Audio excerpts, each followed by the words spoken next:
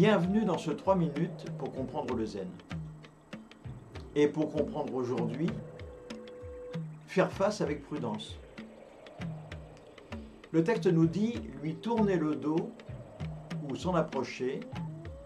Ni l'un ni l'autre il ne faut, car elle est une masse ardente. Nous avons dit la dernière fois que le silence était ce qu'il y avait de mieux. Il est difficile de comprendre le sens des mots, difficile aussi de comprendre la signification de ce 4e extrait de Lokyo-Zanmai, le miroir précieux. Une autre traduction nous dit « c'est comme une boule de feu géante, il ne faut ni trop s'en approcher, ni trop s'en éloigner ». Vous voyez que c'est plus ou moins identique. Regardez l'inconnu en face, ne pas trop s'en approcher non plus. Mais ici, nous ne parlons pas de cela. L'inconnu, c'est la grande conscience.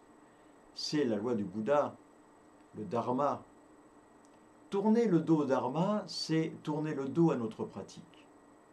Cette boule de feu, c'est aussi notre conscience intérieure. La conscience qui apparaît durant Zazen et qui est un point essentiel de notre découverte. C'est aussi ce que nous appelons, Ishi-ryo, l'état de pensée au-delà de la pensée. Pensée, ER, le verbe, au-delà de la pensée. Cette véritable concentration que nous souhaitons ou que nous atteignons durant Zazen. On ne doit ni vouloir se couper de ce que l'on est, ni tourner le dos à ce que l'on est. Mais doit-on pour autant s'approcher de notre nature véritable jusqu'au point de fusion? C'est un paradoxe.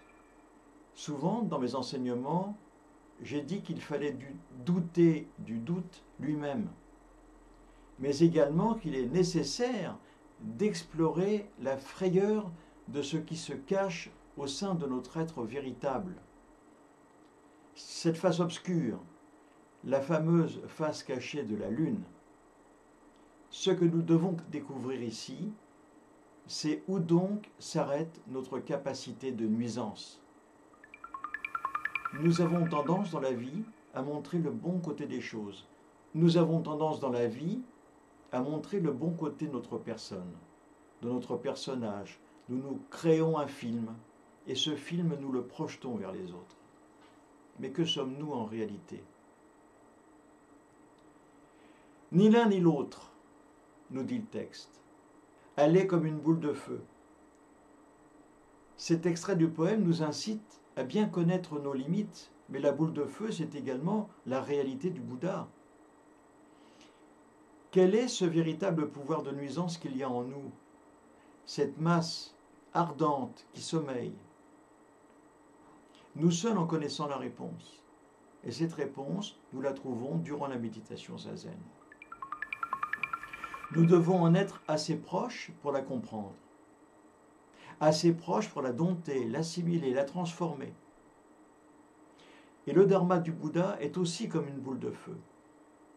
Nous devons l'assimiler, afin d'essayer d'éteindre cette partie sombre qui sommeille en nous.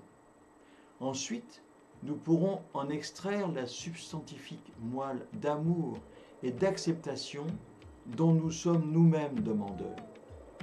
Ce n'est pas la peine de se cacher. Il s'agit ici d'accéder enfin à l'esprit d'éveil. Si nous lui tournons le dos, nous ne ferons jamais cette connaissance.